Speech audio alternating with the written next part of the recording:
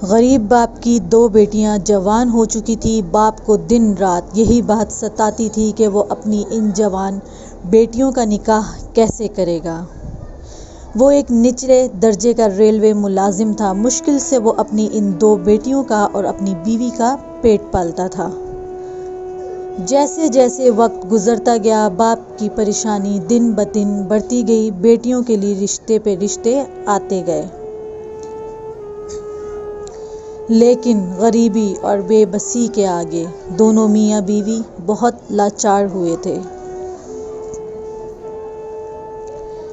باپ جب تھک ہار کر شام کو گھر واپس آتا تو اپنی معصوم بیٹیوں کے چہرے دیکھ کر دل ہی دل میں روتا تھا اور سوچتا تھا کہ میری معصوم بیٹیوں کی قسمت میں خدا نے نہ جانے کیا لکھا ہوگا۔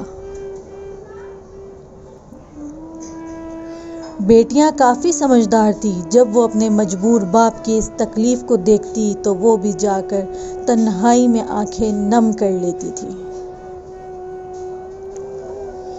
انسان وقت اور حالات کے سامنے مجبور ہو جاتا ہے۔ ایک دن حالات نے اس کے باپ کو اس قدر مجبور کر دیا کہ اس کے ذہن میں ایک خطرناک سوچ نے جنم لے لیا۔ میں ایک ریلوے ملازم ہوں، اگر میری موت ہو گئی تو میری بیوی کو پیسے ملیں گے جس سے وہ میری 2 بیٹیوں کی شادی کر سکے گی۔ ادھر بیٹیوں کی سوچ میں بھی تبدیلی آ گئی۔ وہ بھی سوچنے لگ گئی کہ آخر ہم اپنے ماں باپ پر بوجھ کیوں ہیں؟ کیوں بوجھ ہیں ہم آخر اپنے ماں باپ پر؟ صبح کا سورج جب طلوع ہوا تو باپ حسب معمول اپنے دفتر کے لیے نکلا تو کچھ ہی دیر بعد اس کی موت کی خبر آ گئی۔ جب بیوی نے سنا تو وہ غم کے مارے اپنا سینہ پیٹنے لگی اور اپنی جوان بیٹیوں کو آواز دینے لگی، لیکن ماں کی لاکھ آواز دینے پر بھی بیٹیاں نہ آئیں۔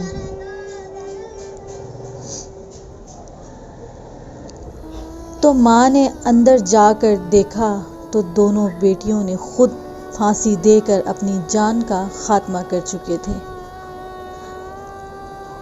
اور اپنے باپ کے نام ایک تحریر لکھ کر چھوڑ گئی تھی جس پر الفاظ لکھے تھے،